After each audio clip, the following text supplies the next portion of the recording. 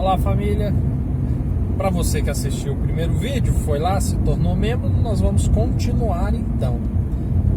Mas talvez você nem assistiu o primeiro vídeo, né? Então, bom dia para você. Olá. E hoje nós estamos com a carona com a excelentíssima Juliana, a senhora Fonseca, né?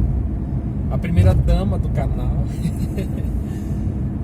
E nós temos uma pergunta que nós trouxemos de um outro vídeo que nós prometemos que responderíamos nesse. Vamos lá, qual foi a pergunta do Pedro? Pedro Felipe. Quem está então no segundo casamento está condenado ao inferno? Eita. Eu conheço um pouquinho a sua opinião a respeito e eu quero que você traga essa opinião. Mas eu vou dizer como eu entendo isso. Nós precisamos separar duas coisas, ao meu ver. Primeira coisa é o segundo casamento, instituído nos termos que a lei do Senhor narra, que identifica ele como adultério. Então, diante dessa perspectiva legal do assim diz o Senhor, o adultério em um segundo casamento, né, o adultério em um casamento, de fato leva a pessoa à perdição, uma vez que a palavra do Senhor afirma que os adúlteros não herdarão o reino dos céus. Seria a primeira posição. A segunda posição seria eu dizer se o José e a Maria, que estão no segundo casamento, se eles vão se perder. Porque aí eu já acredito que é apenas o Senhor que sabe. E aí se eu disser que sim, eles vão se perder, eu estou abrindo espaço então para o José e para Maria falar assim: então se nós abandonarmos o segundo casamento, nós iremos nos salvar? E não é nada disso, a salvação não depende, né, do casamento. Mas a forma com que eu vivo, a rebeldia que eu tenho para as palavras do Senhor, ou talvez a obediência que eu tenho, é que vai definir a minha salvação ou não. Então não é questão o casamento em si, não, mas se você casou, talvez na ignorância, sem saber, e agora você sabe, agora teu coração vai inclinar, ou para um lado ou para um outro. Às vezes a inclinação é que pode definir o nosso destino. O que eu não consigo compreender ou aceitar ou achar justificativa na Bíblia é um coração que não se inclina para o Senhor conseguir obter a salvação. Então, por exemplo, muitas pessoas falam de Davi, por exemplo, de ter cometido um pecado terrível e tudo mais. Poxa, mas na hora que Natan chegou para ele e falou do pecado, na hora ele pediu perdão ao Senhor, sabe? Imediatamente. Aí a palavra do Senhor diz que Deus o perdoou e pronto, vida que segue. Nós temos Acabe. Acabe foi receber a condenação dos seus atos, e é interessante porque a condenação de Acabe, ela vem na narrativa bíblica em que diz que Acabe foi o rei que mais coisas fez para suscitar a ira do Senhor. Coisas abomináveis. E quando Acabe pede perdão, Deus o perdoa, sabe? Então, assim, a questão não é o pecado que nós cometemos, a quantidade que cometemos. A questão é a gente não se inclinar ao Senhor quando nós descobrimos que aquilo é pecado.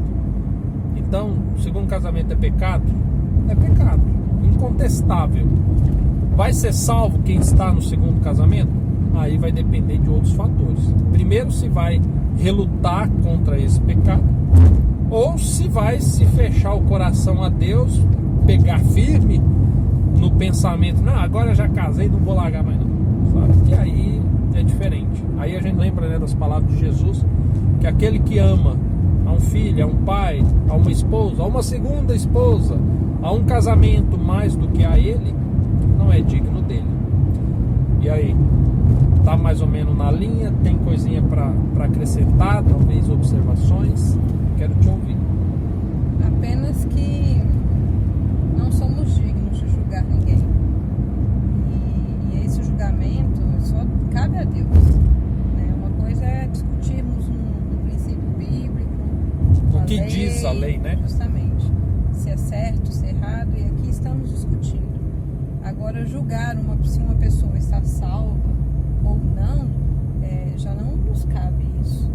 Deus, ele tem os métodos de julgar, tem os métodos dele de análise que nós desconhecemos, muitas vezes até não entendemos. Quando a gente lê algumas histórias da Bíblia, a gente questiona, né? Tentamos entender por que foi aplicado daquela forma, né? Mas Deus é soberano nisso e devemos aceitar essa soberania dele. Então, se não nos é dado essa função de julgar, eu creio que a gente não pode palpitar nisso. Mas só reforço que é saudável a discussão da lei, né? Aprende-se, né? Justamente. Então, deixa eu te fazer uma pergunta dentro disso, Ju. O julgamento não compete a mim, né? Eu sou incapaz de dizer se o Pedro, se o João, se o Mário, se a Maria vai se salvar ou se perder. Mas eu posso identificar que pela prática que eles estão tendo, aquela prática é pecado. Mas diante disso, como eu devo agir com um pecador, com uma pessoa que está no segundo casamento? Julgá-lo e condená-lo eu não posso. Mas então o que é que me compete? Acho que advertir. Acho que essa seria a função. Hoje a Bíblia está aqui como uma palavra de advertência, né? Então, ao estudarmos, ao compartilharmos, nós estamos advertindo a nós mesmos e as outras pessoas também, né? Mas eu acho que se limita a isso. Mas você não acha que talvez a pessoa casou de novo, ela está lá dentro da igreja, mas ela já não sabe a verdade? Eu acredito que isso é muito relativo, porque se fosse assim, não seria necessário tantas repetições, né? Então, se nós dependemos de ouvir a palavra de Deus, se ouvir, inculcar na mente, a própria Bíblia orienta, eu acredito que o falar, o advertir, ele nunca é em excesso. Bacana. E eu diria até mais, né? A gente deve advertir e devemos amar, sabendo que a pessoa ela é pecadora, mas por incrível que pareça, eu também sou. Talvez eu não tenha o mesmo pecado que ela, mas eu tenho outros e eu tenho a mesma condição. E aí nós devemos lembrar as palavras de Cristo, porque na mesma medida que nós a medimos, e se porventura venhamos a julgá-la, nós também seremos julgados. Não é verdade? A gente deve ter esse cuidado. Tem mais um comentário? Sim, do Bruno. Ele diz o seguinte: minha esposa decidiu me deixar por incompatibilidade de gênero. Ela quer o divórcio e quer ficar com meus filhos. Devo assinar o divórcio? Devo deixar ela levar meus filhos, mesmo sabendo que ela está seguindo um caminho de pecado? E aí? Complexa essa pergunta. Muito complexa. Eu imagino o seguinte: a incompatibilidade de gênero, assim como qualquer outra justificativa, segundo a Bíblia, não é válido para a dissolução de uma família, de um casamento. O que nós podemos traduzir para você, Bruno, né? O que nós podemos traduzir, Bruno, é que tua esposa ela está com uma dificuldade espiritual muito grande, de discernimento. Isso pode ser ocasionado talvez por um desgaste no casamento, por alguma frustração, uma decepção, maus tratos, um desprazer que talvez ela tenha sentido, que se acarretou e somou-se a várias coisas, inclusive ao discernimento espiritual, a ponto dela achar que hoje ela viver só ela dissolver a família, para ela vai ser melhor, o que é um mero engano. Então eu diria que diante disso convém que você agora seja sábio e entenda que você pode agir a ponto de contribuir para uma futura restauração, uma reconciliação, ou você pode piorar ainda mais essas coisas. O que é que eu diria? Vocês têm filhos, você crê nela como uma boa mãe, ela tem sido, então garanta que teus filhos cresça, esteja pelo menos por esses dias que vai estar sob a guarda dela, que eles tenham alimento, que eles tenham roupas, que eles tenham oportunidades, que você seja um pai que esteja presente, que se interesse pela vida deles, que o eduque, que esteja nas atividades da escola, que leve eles para passear, que viajem juntos, crie essas oportunidades.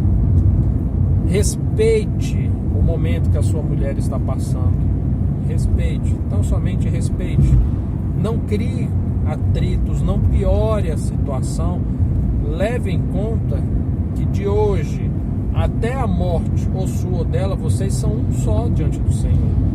Então você tem que viver levando isso em conta. O divórcio, e agora falando, né, no âmbito jurídico, do qual conhecemos bem, nada mais é do que um papel assinado, uma mera burocracia humana. Aos olhos do Senhor, a única coisa que desfaz essa união entre você e sua mulher é a morte. Diante de Deus, apenas isso. Enquanto houver vida, um pertence ao outro, um está ligado ao outro. É assim que a lei de Deus prevê. Teria algo para acrescentar? Não, apenas que muitas vezes o assinar o divórcio acaba apaziguando, porque às vezes a negativa de assinar, né? Às vezes a pessoa se opõe e isso causa mais ira no outro, né? Instiga mais o outro. Então, eu creio que o ato de assinar o divórcio é uma questão legal. Perde-se, né? Patrimônio, perde-se tempo. Sim. Mas é uma questão apenas legal. Ela não é uma questão espiritual. Justamente. Às vezes, assinando o divórcio pode, inclusive, contribuir para uma restauração, às vezes demonstrando uma atitude preocupada com o bem-estar do outro, não causando conflitos, abrindo mão de certas coisas que a outra parte, naquele momento de confusão, ela faz questão. E depois do divórcio, demonstrar um carinho ainda maior, um respeito muito maior, uma presença muito maior, que muitas das vezes na cabeça de quem pede o divórcio é que depois que você assinar, você vai sumir, que você vai tocar sua vida, que você vai esquecer dos filhos, e aí você age totalmente o contrário. A chance de você ainda ganhar a admiração da pessoa por meio desses atos é enorme. Não estou dizendo que assinar o divórcio é o caminho da restauração, mas dadas as circunstâncias, eu diria para você que você assinar seria a melhor coisa a se fazer. Tem mais um para a gente, antes de encerrarmos? Não? Zerou os comentários? Então, pessoal, seja bem-vindo. Quem assistiu esse como primeiro vídeo aqui como membro da nossa família. E lá na nossa comunidade, aqui dentro do YouTube, a gente sempre disponibiliza lá material exclusivo, tá? Para quem é membro. O YouTube está passando por uma reformulação nesse âmbito dos membros, então tudo que é exclusivo fica lá na comunidade, tá bom? E a gente se vê no próximo vídeo. Tchau. Até mais.